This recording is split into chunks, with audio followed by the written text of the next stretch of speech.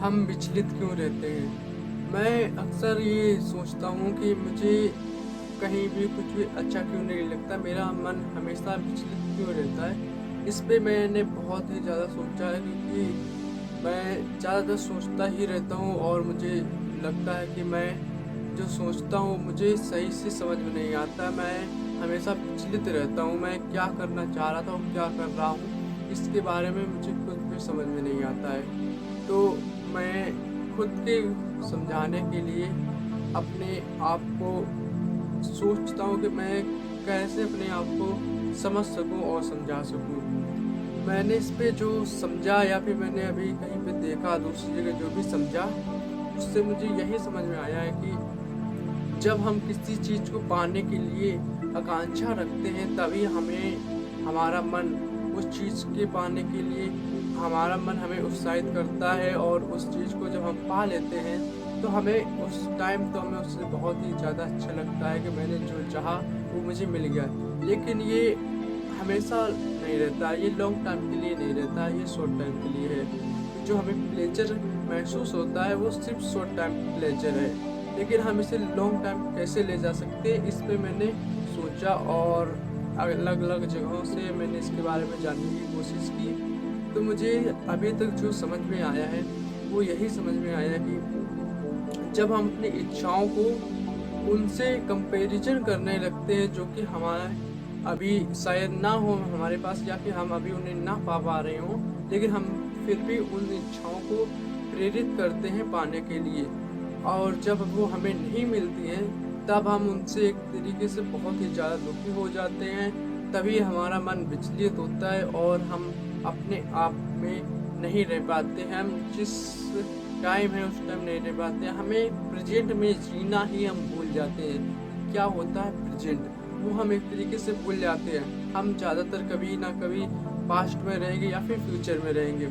हम प्रेज़ेंट छोड़ रहे हैं, मतलब कि हम जहाँ पे हैं, वहाँ पे कभी हम रहते ही नहीं हैं। ऐसा मैं पर्सनली फ़ील करता था अपने जो भी अभी तक मेरा जो दिन-रात गुज़र रहे थे, उन्हीं में मुझे कहीं न कहीं कुछ न कुछ कमी महसूस हो रही थी कि मैं जैसा था या फिर जैसा हूँ, वैसा अभी मैं बिल्कुल भी नहीं हूँ। तो मुझे ऐसा समझ में आ रहा कि अगर मैं जैसा था या फिर जैसा हूँ, वैसा दोबारा कैसे बन सकता हूँ? तो मुझे समझ में आया कि ज़्यादातर हम उन इच्छाओं के पीछे भागते हैं, जो कि शायद हमें कुछ टाइम के लिए प्लेज़र दे के जाएँ, लेकिन हमें लॉन्ग टाइम के लिए एक तरीके से डिमोटिवेट कर देती हैं कि हमें इतना बड़ा मैंने पाया और उससे मुझे कुछ सिर्फ़ टाइम के लिए मोटिवेशन मिला, और हमारा सारा कुछ ऐसा ही रह गया, या फिर हमें वो उस चीज़ को नहीं पा पाए, और उसकी वजह से हमें कोई ना कोई दुःख होता है कि हम वो नहीं पा पाए, दूसरी चीज़ पाएँगे।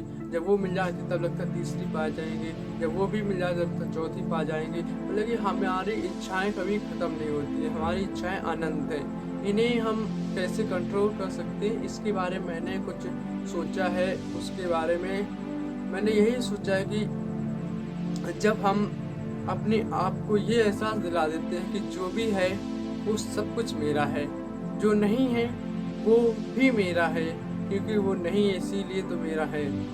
जो है मेरे पास अभी हम उसमें जीना सीखें, हम उन्हीं के साथ खुश रहना सीखें, और हम पाने की जो हमारे कांक्षा है उसे सीमित कर दें। जब हम उस चीज़ को सीमित कर देंगे, अपनी आकांक्षाओं को एक लिमिटेड कर देंगे, तब हमें कहीं न कहीं अपने आप से मिलने का समय मिल पाएगा। जब हमें इतनी सारी इच्छाएँ नहीं रहेंगी, तो हमारे पास इतना ज़्यादा प्रेशर नहीं रहेगा कि हमें कुछ करना है या फिर उस काम को अभी करना है। हमें कहीं न कहीं कुछ न कुछ टाइम मिल जाएगा जो हम अपने आप से मिल सकेंगे। जब हम अपनी शांति से मिलते हैं, जब हम बिल्कुल शांत माहौल में बैठते हैं, तब हमें समझ में आता है कि हम क्या हैं। हमें हमेशा अपने आप से भी कभी न कभी मिलना चाहिए। मैं पहले सोचता था अपने आप से मिलना क्या है, क्योंकि मैंने कहीं न कहीं सुना था कि अपने आप से मिलो तो आपको समझ में आएगा कि जीवन क्या है। तो ज़्यादातर मुझे अभी कुछ नहीं पहले पहले समझ में आता था, लेकिन कुछ टाइम से मैं डेली प्रैक्टिस करता हूँ कुछ टाइम के लिए अपने आप से टॉकिंग करने के लिए, जो कि आसान सा तरीका है यही कि शांति से हम बैठ जाते हैं, ना कोई शोर, ना किसी चीज़ की चिंता, ना किसी चीज़ की कोई भी ऐसी चीज़ जो हमें डिस्टर्ब करे इस टाइम। ये हमारा शांति का माहौल तभी हो सकता है जब हम सुबह जल्दी उठें या फिर रात को लेट सोएं। जब हम दोनों टाइम ऐसे टाइम है ये कि सुबह जल्दी कुछ ही लोग उठते हैं जिन्हें उठ के अच्छे तरीके से अपना काम मैनेज करना होता है, और जो प्रातःकाल सुबह जल्दी उठते हैं वो लोग ज़्यादातर इसको मतलब नहीं रखते हैं, तो कहीं शोर शराबा नहीं होगा, शांति से करते हैं। और जो रात को सोते हैं तो रात को जो लोग होते हैं वो शांति से लेटे रहते हैं और सो जाते हैं, जो नहीं सोते तो अपने काम करते रहते हैं। इस समय हम अपने आप से मिलने के लिए सबसे सही समय रहता है हमारा। दिन में तो हमारा शोर शराबा पूरा हमारा माहौल शोर शराबा से ही भरा रहता है, जिसकी वजह से हमें कुछ सोच पाना एक असंभव सा लगने लगता है कि हम कुछ नया सोच पाएँ। इससे ही हम डर जाते हैं कि हम नया कैसे सोच सकते हैं। लेकिन मैंने सोचा क्यों ना अपने आप से मिलना चाहिए। जब मैं अपने आप को महसूस करता हूँ तब मुझे समझ में आता है कि मैंने कुछ ऐसा खो दिया है जो कि मुझे नहीं खोना चाहिए था। जो हमारा प्रीशियस टाइम था कहीं ना कहीं वो मैं गंवाता जा रहा था, लेकिन मुझे लगा कि अभी भी वो समय नहीं गया है, क्योंकि जब हम इस चीज़ पे रिग्रेट करने लगते कि मैंने वो चीज़ खो दी या फिर उसकी वजह से मेरा कुछ हो सकता है या फिर कुछ हो सकता था, तो हम कहीं ना कहीं अपने आप को दोषी ठहरा रहे हैं। ये भी हमारे लिए बहुत ही ज़्यादा एक तरीके से अच्छा नहीं है हमारे हेल्थ के लिए, और साथ ही साथ हमारे मेंटल हेल्थ के लिए। मेंटल हेल्थ हमारी इससे बिगड़ जाती है जब हम ये महसूस करते हैं कि हम अपने आप में अपने आप को दोषी ठहराते हैं। तो ज़्यादातर यही होता है कि हम अपने आप को एक तरीके से कमज़ोर समझते हैं लोगों से, या फिर हम अपने आप को कमज़ोर कर रहे हैं। हम हमेशा ये सोचते हैं कि हमसे ही गलती होती है और लोग हैं जो उससे गलती नहीं होती, लेकिन ऐसा नहीं है। जो गलती है उसे गलती करो, लेकिन गलती को दोहराओ मत। उस गलती से वो सीखो जो तुमने गलती करने के वजह से वो गलती हुई है। जब आप उस चीज़ को सीख लेंगे तो वो गलती आपसे दोबारा नहीं होगी। हमें गलती करने से नहीं डरना चाहिए, लेकिन हमें उस गलती को बार बार करने से डरना चाहिए। सबसे बड़ा मंत्र यही है कि हम अपने आप को कैसे सही से मैनेज कर सकते हैं। हमें अपने आप को मैनेज भी करना आना चाहिए।